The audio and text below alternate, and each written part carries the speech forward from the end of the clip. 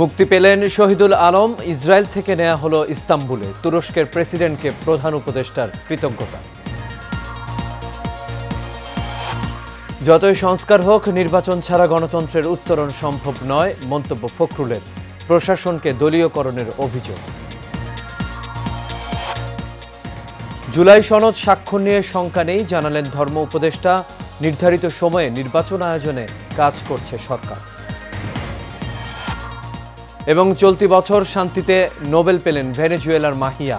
গণতান্ত্রিক আন্দোলনে বিশেষ ভূমিকার জন্য পেলেন এই পুরস্কার।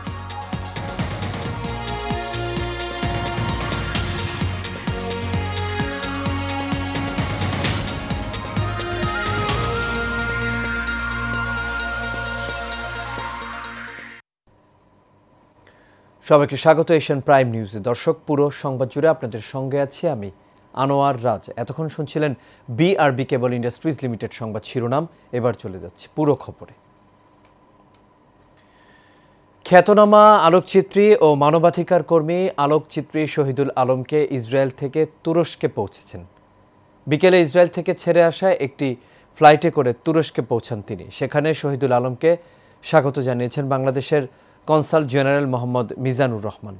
প্রধান উপদেষ্টার প্রেস উইং জানায়, শহীদুল আলমকে মুক্ত করতে তুরস্কের সহযোগিতার জন্য দেশটির প্রেসিডেন্ট রিসেপ তাইয়েব এরদোয়ানের প্রতি বিশেষ কৃতজ্ঞতা জানিয়েছেন প্রধান উপদেষ্টা ডক্টর মোহাম্মদ ইউনুস। গত ৮ অক্টোবর আলোকচিত্রী শহীদুল আলমকে গাজা অভিমুখী ফ্রিডম ফ্লোটিলা কোয়ালিশনের জাহাজ কনসায়েন্স থেকে আটক করে ইসরায়েলি বাহিনী।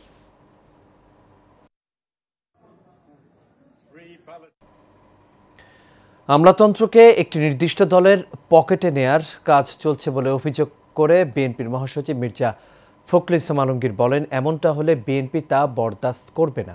সকালে রাজধানীর ইঞ্জিনিয়ার্স ইনস্টিটিউশনে শহীদ জেহাদ দিবসের স্মরণ সভায় তিনি এসব কথা বলেন। এ সময় তিনি আরও জানান, যতই সংস্কার হোক, নির্বাচিত সরকার ছাড়া গণতন্ত্র উত্তরণ সম্ভব নয়। আরও জানাচ্ছেন শরীফুল ইসলাম।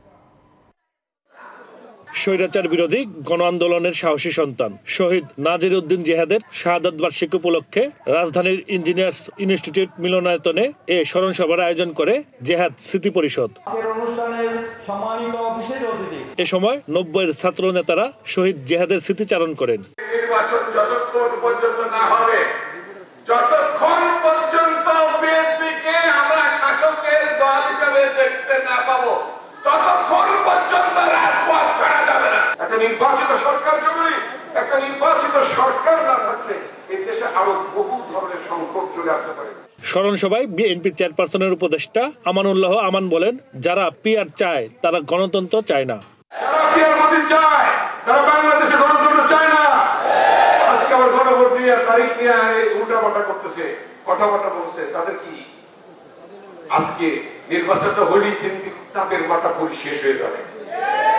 এইটা বুঝিয়ে তারা ষড়যন্ত্র করছে। তারা নির্বাচন করতে চায় না, কিন্তু বাংলাদেশের জনগণ নির্বাচন করবে।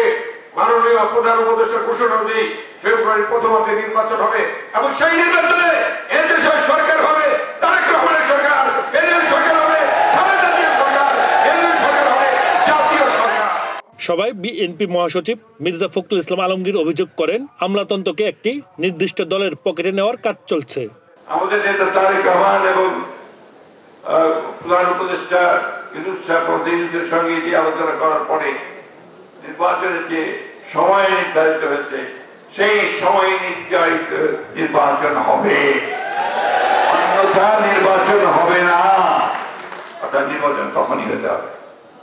১, ২, আমলাতন্ত্রকে কোনো একটি নির্দিষ্ট দলের পকেটে নেওয়ার চেষ্টা করা হচ্ছে, এটাকে আমরা কোনো মতেই বরদাস্ত করব না। এ সময় মির্জা ফখরুল বলেন, আগামী ফেব্রুয়ারিতেই নির্বাচন হতে হবে। এই ধানের শীষকে নিয়ে আমাদেরকে জয়যুক্ত হতে হবে। বন্ধুগণ, শরীফুল ইসলাম, এশিয়ান টেলিভিশন, ঢাকা। আগামী ফেব্রুয়ারির মধ্যে জাতীয় নির্বাচন অনুষ্ঠিত না হলে দেশে ভয়ঙ্কর রাজনৈতিক পরিস্থিতি তৈরি হতে পারে বলে মন্তব্য করেছেন বিএনপির ভাইস চেয়ারম্যান শামসুজ্জামান দুদু। ঢাকা রিপোর্টার্স ইউনিটির সাগররণী মিলনায়তনে বাংলাদেশ জাতীয়তাবাদী নাগরিক পরিষদের ৪র্থ প্রতিষ্ঠাবার্ষিকী উপলক্ষে আয়োজিত ধর্ম নীতিনৈতিকতা, মূল্যবোধ ও দেশপ্রেমের চেয়ে ক্ষমতা বড় না হোক শীর্ষক আলোচনা সভায় তিনি এসব কথা জানান। বলেন, দেশবিরোধী শক্তি ও পার্শ্ববর্তী দেশের এক ভয়ঙ্কর প্রভাবশালী গোষ্ঠী ষড়যন্ত্রে লিপ্ত রয়েছে, যেখানে স্বৈরাচার শেখ হাসিনা আশ্রয় নিয়েছেন। এই ফেব্রুয়ারি মাসের মধ্যে নির্বাচন যেন হয়, না হলে বাংলাদেশ বিরোধী যে ষড়যন্ত্র চতুর্দিকে পার্শ্ববর্তী দেশে একটি ভয়ঙ্কর শক্তি কাজ করছে, যেখানে স্বৈরতন্ত্রের শিখণ্ডী শেখ হাসিনা আশ্রয় নিয়েছে। এই ভারত কখনোই গণতন্ত্রের পক্ষে ছিল না, কখনোই স্বাধীনতার পক্ষে ছিল না। সে তার স্বার্থ উদ্ধারের জন্য বাংলাদেশকে সবসময় ব্যবহার করেছে। ধর্ম উপদেষ্টা প্রফেসর ডক্টর আফম খালিদ হোসেন বলেছেন, রাজনৈতিক দলের ঐক্যমতে জুলাই সনদ যথাসময়ে স্বাক্ষরিত হবে, এ নিয়ে কোনো আশঙ্কা নেই। দুপুরে কুমিল্লা সদর দক্ষিণ উপজেলার নব শালবন বৌদ্ধবিহারে আয়োজিত ২৪তম দানোত্তম শুভ কঠিন চিবর দানোৎসব অনুষ্ঠানে শালবন বৌদ্ধবিহারে ইন্টারন্যাশনাল মেডিটেশন সেন্টার ও ফ্রি ফ্রাইডে ক্লিনিকের ভিত্তিপ্রস্তর স্থাপন শেষে সাংবাদিকদের এক প্রশ্নের জবাবে এসব কথা জানান তিনি। এ সময় আরও বলেন, সুশাসনের জন্য নির্বাচন অত্যন্ত জরুরি, আর এই লক্ষ্যে সরকার এগিয়ে যাচ্ছে। সরকার ঘোষিত তারিখে একটা ফেয়ার, ফ্রি, ইম্পার্শিয়াল ইলেকশন অনুষ্ঠিত হবে এবং লেভেল প্লেইং ফিল্ড তৈরি করার কাজও গভর্নমেন্ট করে যাচ্ছে, কারণ নির্বাচনটা অত্যন্ত জরুরি। এই নির্বাচনের মাধ্যমে আমরা একটা ম্যান্ডেট প্রাপ্ত দলকে ক্ষমতা হস্তান্তর করে আমরা পুরনো ঠিকানায় ফিরে যাব। জলবায়ু পরিবর্তনের অভিঘাত মোকাবেলায় ঠিকানা ব্যবস্থাপনা ডিজিটাল হওয়া জরুরি বলে মনে করেন পরিবেশ, বন ও জলবায়ু পরিবর্তন বিষয়ক মন্ত্রণালয়ের উপদেষ্টা সৈয়দা রিজওয়ানা। আজ রাজধানীর আগারগাঁয়ের ডাক ভবনে ডাক দিবস উপলক্ষে 2 দিনব্যাপী আয়োজিত অনুষ্ঠানের সমাপনী দিনে তিনি এই কথা জানান। এ সময় পরিবেশ উপদেষ্টা বলেন, জলবায়ু পরিবর্তনের কারণে আগামী দিনে অনেক মানুষের ঠিকানা হারানোর শঙ্কা রয়েছে, যেখানে ডাক বিভাগ ঠিকানা হালনাগাদের মাধ্যমে অবদান রাখতে পারে। ঠিকানা ব্যবস্থাপনা ডিজিটাল হওয়া জরুরি বলেও জানান তিনি।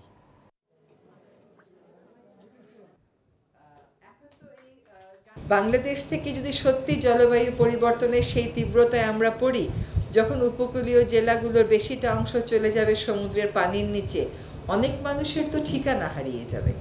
এই ঠিকানাগুলোকে সংরক্ষণ করতে আমাদের যেমন পরিবেশ নিয়ে চিন্তা করতে হবে, এই ঠিকানাগুলোও কিন্তু আমাদের ইতিহাসটাকে ধরে রাখার জন্য জরুরি।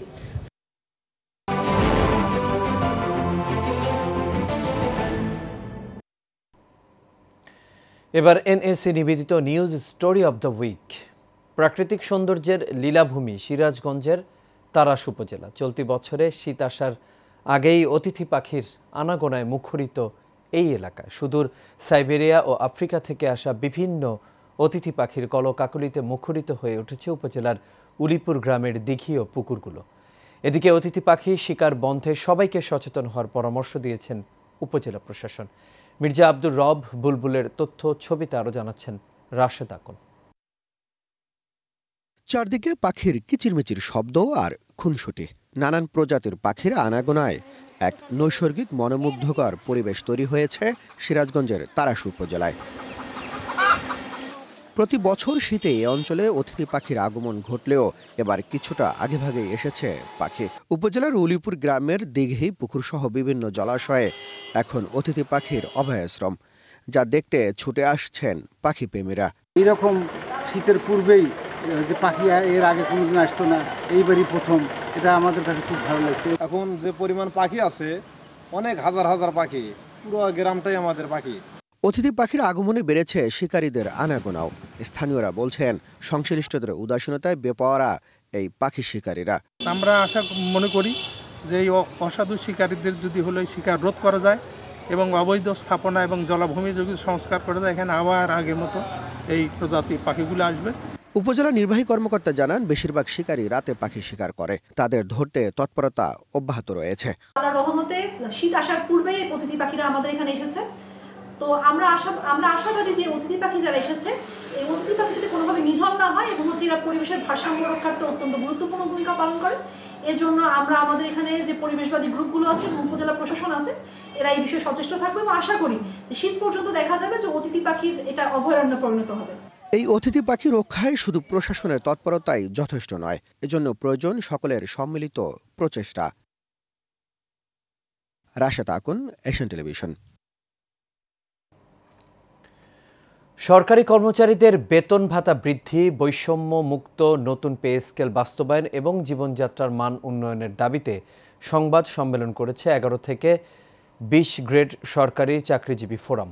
আজ রাজধানীর প্রেস ক্লাবে ফোরামের কেন্দ্রীয় নির্বাহী পরিষদের উদ্যোগে এই সংবাদ সম্মেলন অনুষ্ঠিত হয়। এতে সভাপতিত্ব করেন সংগঠনের সভাপতি মোহাম্মদ সাইফুল ইসলাম এবং সঞ্চালনা করেন সাংগঠনিক সম্পাদক মোহাম্মদ আব্দুর রাজ্জাক। সংবাদ সম্মেলনে উপস্থিত ছিলেন সহসভাপতি মোহাম্মদ আবুল কালাম, মোহাম্মদ মিজানুর রহমান, দেলোয়ার হোসেন চাঁদ সহ কেন্দ্রীয় নেতৃবৃন্দ। এ সময় বক্তারা বলেন, দীর্ঘ 10 বছর ধরে নিম্ন ও মধ্য পর্যায়ের সরকারি কর্মচারীরা বেতন বৈষম্যের শিকার হয়ে আসছেন।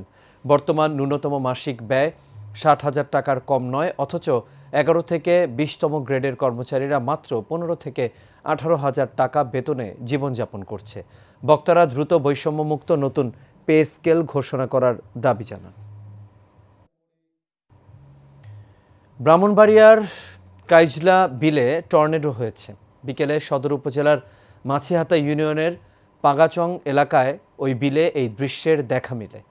আকাশের দিকে ঊর্ধ্বমুখী টর্নেডোর তীব্রতা দেখে আতঙ্কিত হয়ে পড়েন স্থানীয়রা। তবে এই ঘটনায় কোনো ক্ষয়ক্ষতি হয়নি। প্রত্যক্ষদর্শীরা জানিয়েছেন, বিকেলের দিকে আকাশ মেঘাচ্ছন্ন হয়ে আসে।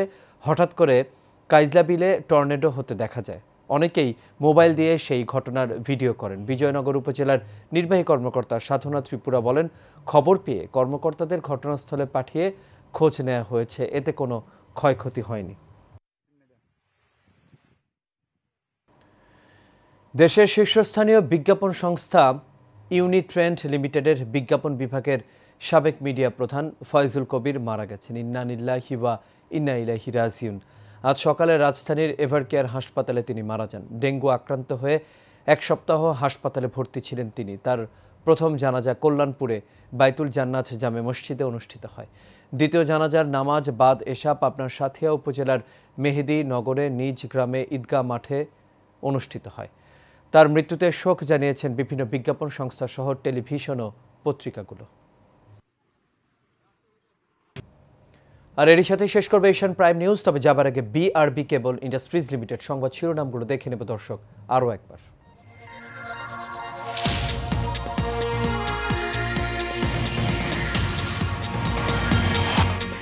মুক্তি পেলেন শহীদুল আলম। ইসরায়েল থেকে নেওয়া হলো ইস্তাম্বুলে। তুরস্কের প্রেসিডেন্টকে প্রধান উপদেষ্টার কৃতজ্ঞতা।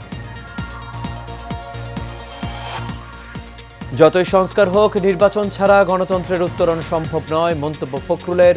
প্রশাসনকে দলীয়করণের অভিযোগ। জুলাই সনদ স্বাক্ষর নিয়ে শঙ্কা নেই জানালেন ধর্ম উপদেষ্টা। নির্ধারিত সময়ে নির্বাচন আয়োজনে কাজ করছে সরকার। এবং চলতি বছর শান্তিতে নোবেল পেলেন ভেনেজুয়েলার মাহিয়া। গণতান্ত্রিক আন্দোলনে বিশেষ ভূমিকার জন্য পেলেন এই পুরস্কার। দর্শক, এই ছিল আমাদের এখনকার আয়োজনে। আমাদের পরবর্তী সংবাদ দেখার আমন্ত্রণ রইল। এতক্ষণ সাথে থাকার জন্য সবাইকে ধন্যবাদ। শুভরাত্রি।